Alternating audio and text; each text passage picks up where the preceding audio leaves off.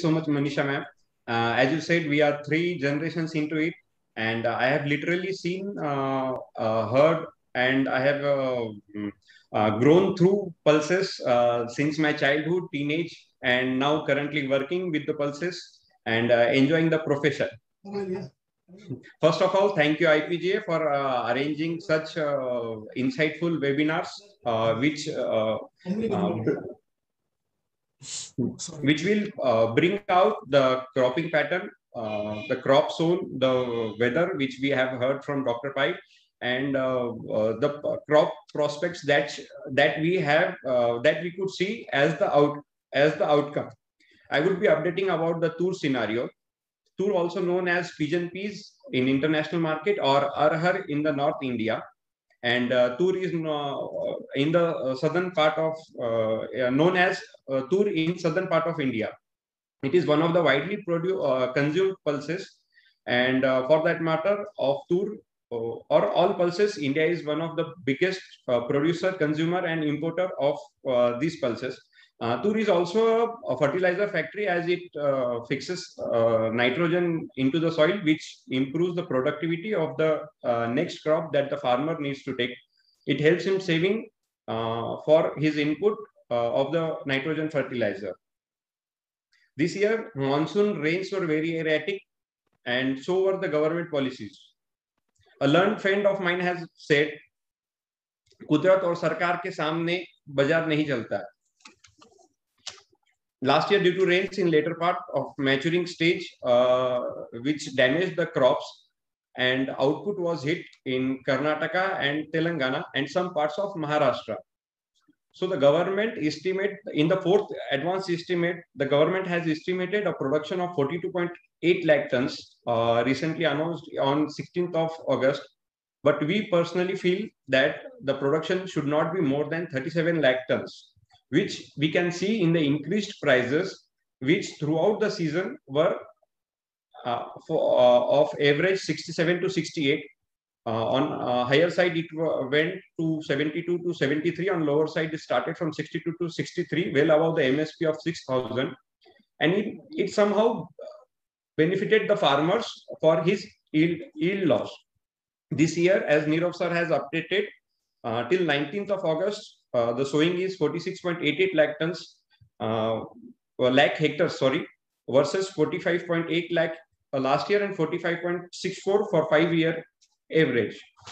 So looking at the sowing pattern, the Ministry of Agriculture's data bit seems to be correct, but the ground report that we have taken, we have not done any survey, but through the ground checks that we have checked, we identified that the Tur sowing should be less by some 5 to 7% because of higher prices of soybean, sugarcane, cotton. Farmers have diverted to other crops, other lucrative crops. Also, the rains in Gujarat have hampered sowing to a little bit.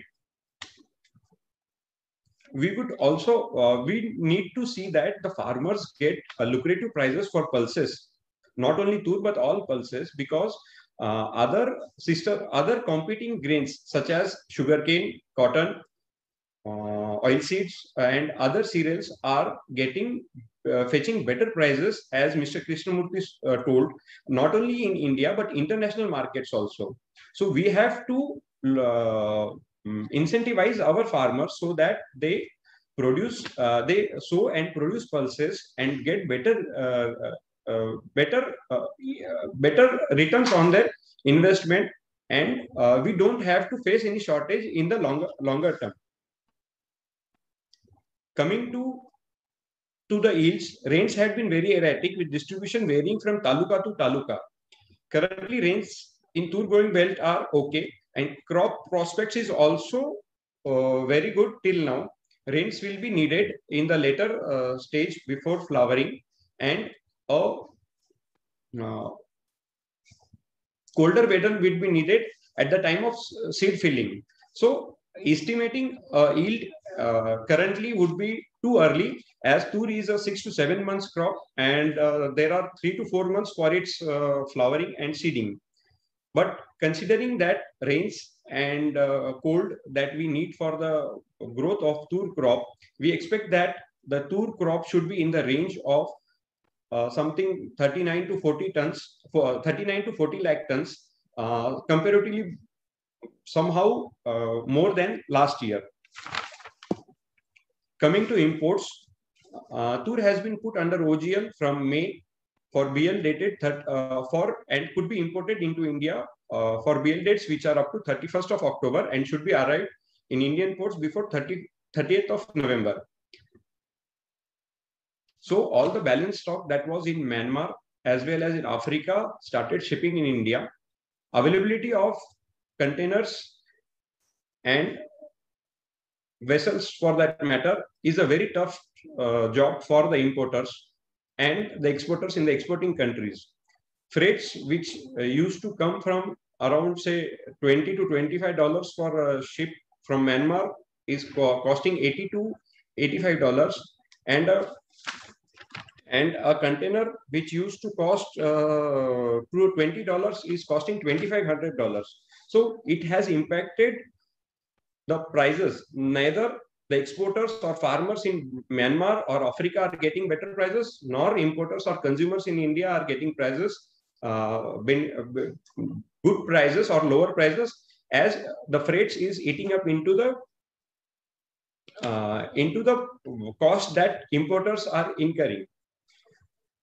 Considering these all things, we expect that till now 77,000 tons have been imported from Africa as well as Myanmar, and till 30th November we expect something 2 to 2.25 lakh tons which should be imported from both the countries.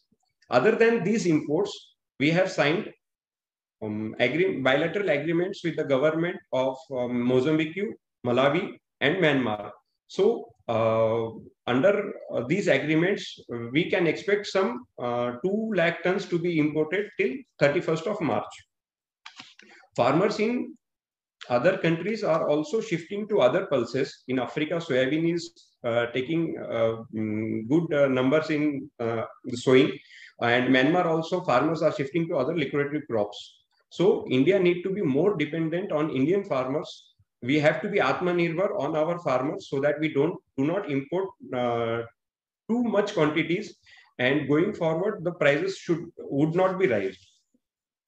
Now, considering the balance stock, NAFED is one of the biggest stockists currently in the market. NAFED should be carrying around something 2.6 to 2.75 lakh tons. I don't know the exact figure, but something around that should be in their stock. Private stock should be around 6.5 lakh tons. Imported stocks which have arrived before the OGL or currently should be around something 0.75 to 1 lakh tons.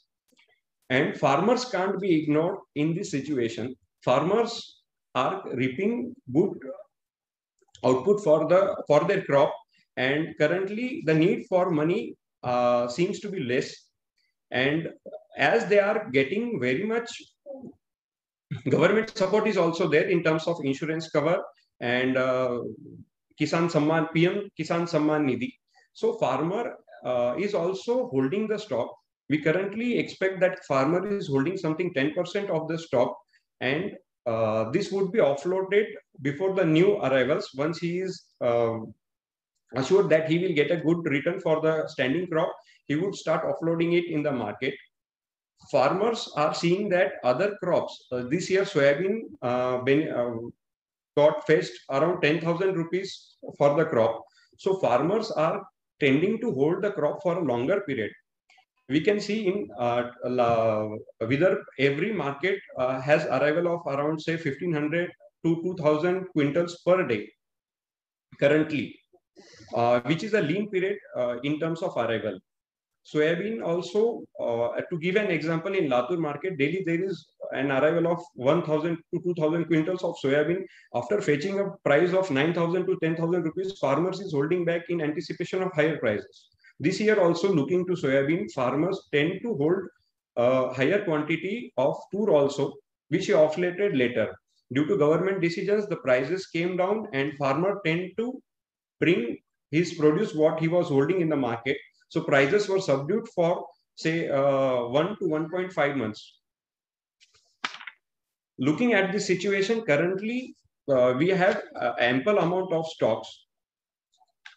But on prices front, I would like to tell that downside is limited as the major stock that is in strong hands due to government decision of stock limits. All the excessive stocks that people were or trader for that matter, traders were holding have been liquidated. New MSP is 6,300. Last year, government did not get much of procurement stock in tur. This year, government will be aggressive in procuring at MSP because they need to have a buffer stock for the coming season. Internationally, also prices are up. So downside is limited, but going forward, new crops will start arriving from 1st of December, and the peak arrivals will be after Sankranti, that is 15th of January. So on upside, we expect a rise to say around 10%, and we shall see selling pressure on higher sides, say from 7,200 to 7,500. So we will have a small window of say price escalation. On inflation matter, last year, currently tur dal prices were say 85, 86 rupees per kg. And this year they are selling at say 95 to 96 for this time.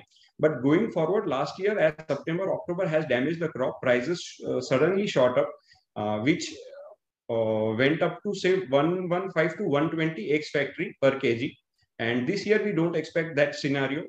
So going forward, we will see a comfort level in inflation, and so we expect that the government should be also comfort on the pulses traders also. Focusing on demand, currently demand is mainly from various state government tenders, which are into ICDS, midday meal, or other government PDS schemes. Tamil Nadu, Telangana, Andhra Pradesh, Kerala, Karnataka are the major tenders in which tur dal is consumed. So, but the counter demand or consumer demand is a bit slow. As COVID has subdued, we expect that the demand should come. The HoReCa demand should also come up slow and steadily. All the states' weekend lockdowns have been took up. There are no weekend lockdowns, and in Maharashtra, particularly, there were some night restrictions that has been also removed. So going forward, we expect the demand should gradually pick up. After 5th of this month, there should be a slow slacking the demand due to Shraddh Paksh till September end. After Shraddh Paksh, Navaratri and Diwali, and till arrival of new crop, we can see very good demand in tur dal. Vegetable prices are also one of the factors that affect the consumption of pulses. Vegetables are available throughout the year, throughout the country, and therefore they are one of the competition for pulses. Particularly if we consider tur, masoor prices are going up due to shortage in international market and shortage as well as in our country. So masoor dal currently is selling at 9,200. And therefore, going forward to substitute masoor dal, higher prices of masoor dal, we expect some consumption of masoor dal to shift to tur dal, which would be benefit for us also. This was the part of my presentation, but I would like to use the IPGA platform to motivate all the market participants to increase the awareness of consumption of pulses. I remember in one of the pulses conclave, we have urged people to increase the consumption. While all the government industry or everyone into the government is focusing on increasing the production of pulses, we need to see that pulses consumption is also equally increasing so that farmers reap better benefit for their prices. So I would urge everyone to take part to increase the consumption of pulses. Also, one more thing that I would like to focus is stockist and be it a small stockist or a big stockist or a trader, they are all work like a dam, a check dam or a barrage into our market. We use these mediums to store water in the time of monsoon, because rains come in 3 to 4 months period, and we need the water for the whole year, so that we can there is no availability shortage of water. Likewise, farmers arrival comes in the period of harvest season, which lasts for 3 to 4 months, and we need these traders, these stockists, which are market participants, to hold the stock so that farmers reap better benefit and consumer can get the product throughout the year. So these are also a form of very good market participants, and we need this flow to maintain proper supply throughout the season, so that consumer also get proper prices for their input, and farmers also get proper prices for their output. Thank you so much.